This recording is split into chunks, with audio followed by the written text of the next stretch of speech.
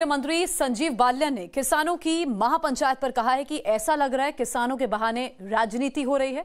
उन्होंने किसान नेताओं से बात करने की अपील की है। उनसे बात की times now Navbharat reporter Ravikant ने। सुनिए। किसान संगठन सरकार से आर पार की लड़ाई लड़ रहे हैं और सरकार को अल्टीमेटम दे दिया है कि जब तक तीनों कृषि कानून वापस नहीं होते वो अपनी मांग पर अड़े रहेंगे।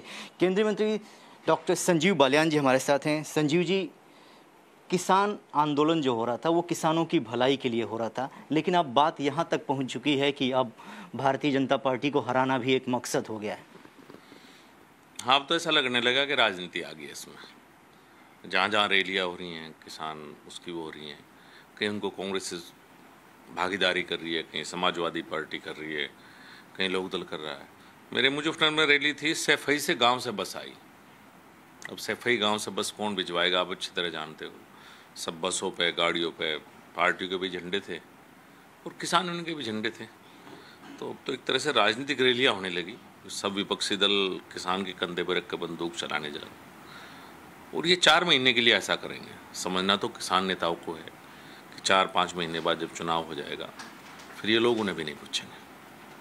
संजीव जी, आपने कहा कि ये 4 महीने तक करेंगे। जो बात आप कह रहे हैं वो मंच से भी अनाउंसमेंट कर रहे थे कि जिस तरीके से बंगाल में बीजेपी का रथ रोका, उसी तरीके से उत्तराखंड और उत्तर प्रदेश में भी हम बीजेपी को रोकेंगे।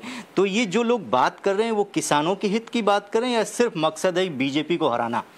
अब तो यही लगने लगा कि राजनीति हो चुकी है और भारतीय जनता पार्टी के चुनावी उसमें आ गए हैं। कहीं ना कहीं इस तरह की आपस में अंडरस्टैंडिंग इन लोगों को ही हुई है।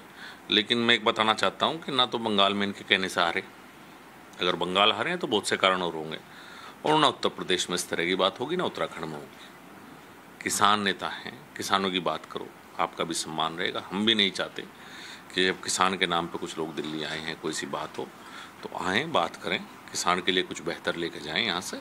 इस राजनीति को छोड़ दें, इस राजनीति में इनका मोहरा ना बने किसान नेता, मेरा उनसे निवेदन है।